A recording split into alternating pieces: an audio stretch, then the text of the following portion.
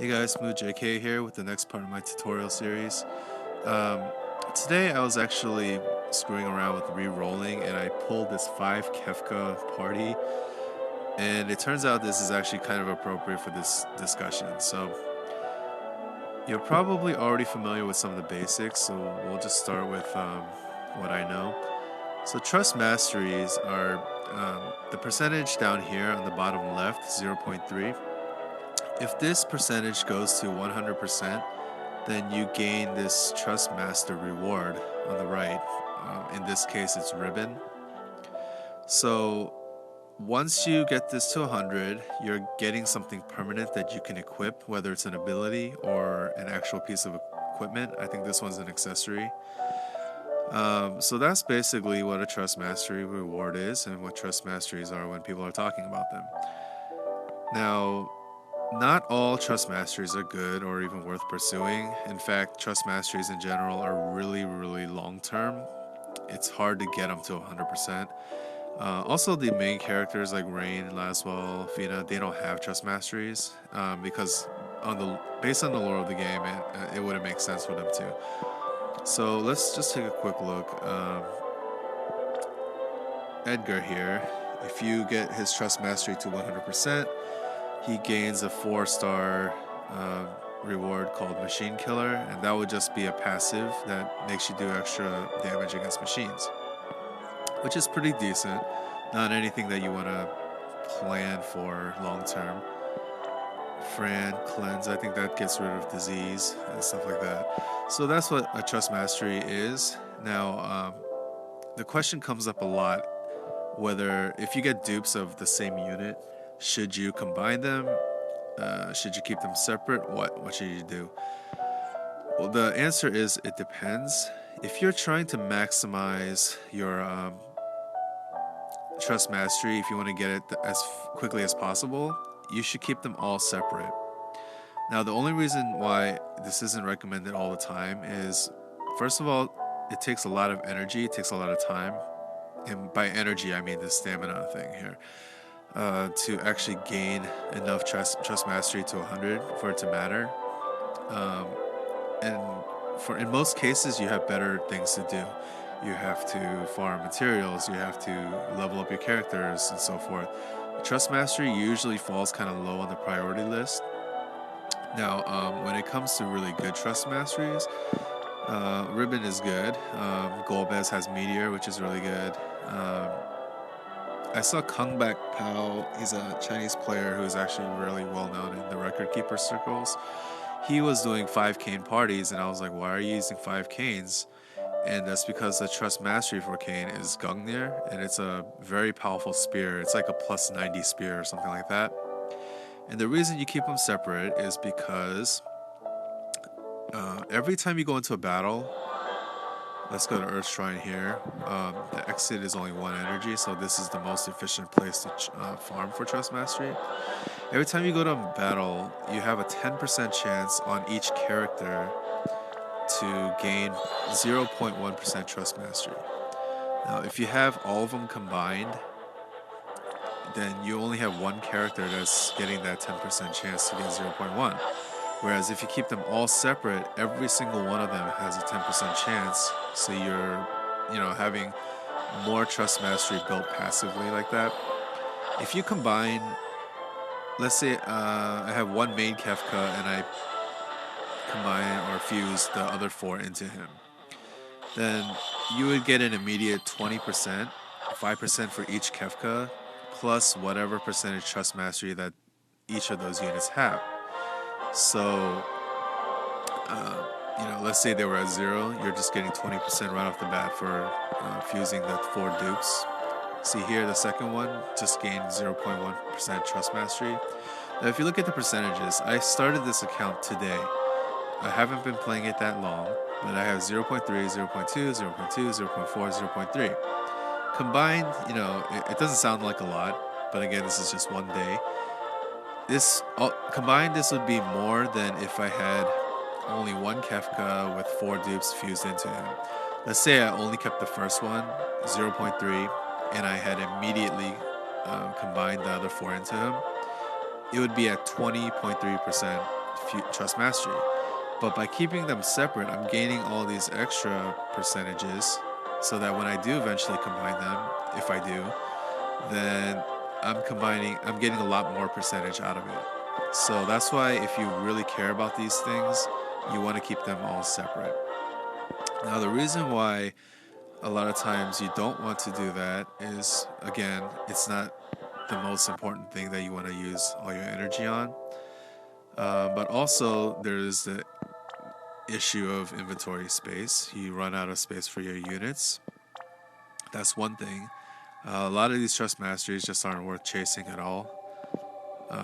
But and it also depends on what the rest of your party is. So if you have a bunch of really strong characters, then and you don't really see yourself using a unit. Like let's say I would only use one Kefka and I wouldn't have any use for the other ones. And that kind of leans in favor of combining them as well. Again, unless you really want to get that trust mastery. Whereas if you don't have a lot of good units, then maybe multiple Kefkas is the strongest party you can make. So that's another reason you would want to keep it separate in that case. So yeah, those are some things to consider. What does the rest of the party look like? Do multiple copies of the same unit actually help your party, or is it just a trust mastery thing and you're just sacrificing that time and energy? So I hope that discussion makes some sense to you guys. I don't know if I missed anything. I could have very well missed something. I'm repeating just the auto attack here. Hold on. I'm gonna do this. While we're on this multiple Kefka party, you're gonna see elemental chains. When enemies are hit with successive attacks with the same element, then you actually get bonus damage from the elemental chain. So that's really cool. So yeah, that's pretty much it in a nutshell. The ones you want to go for, probably, I mentioned Kane. The best one probably right now in Global is either Golbez's Meteor or Luna.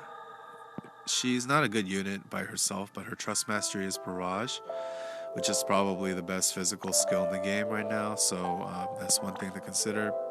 Don't be like me if you have multiple Lunas like I used to. Don't combine them immediately. You might want to actually consider keeping them separate and farming the trust mastery again at Earth Shrine, 1 energy here. So yeah, as far as other tips go, I'll just share some things that I recently discovered, I guess. Here, if you don't like the way that you navigate in the exploration maps, like with the kind of flicking or pulling or whatever, there is the D-pad option. I'm trying that out right now.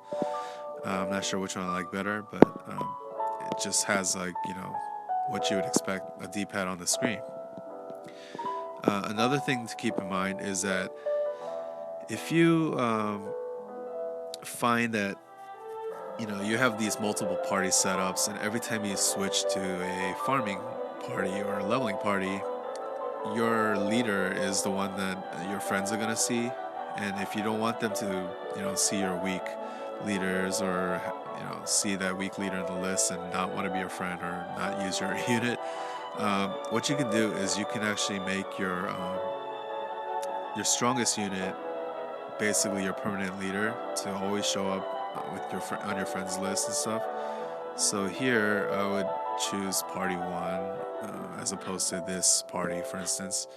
Party 1. And now if you look, companion party, that will be the friend that, or the unit that your friends always see. Coliseum party is what it sounds like. This is the one that the party that it's going to default to every time you go to the Coliseum. So if you're constantly having to switch between your leveling parties and stuff like that, you could just set it this way so you don't have to switch anymore when you go to the Coliseum. So that's a nice little time-saving trick. Why don't we just go to the Coliseum? while I'm thinking about it. So I mentioned elemental chaining. I've already done the tutorial on battle mechanics and so forth.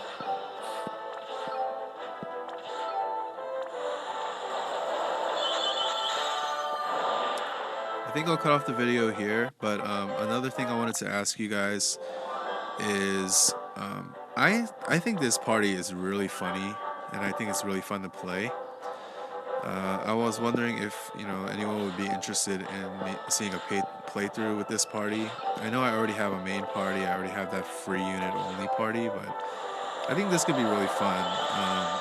If nobody's interested, then obviously I'll just play it on my own and not worry about recording stuff. But I mean, as you can see by my lapis count, I've already bought that early bird bundle. I plan on playing this party for a while.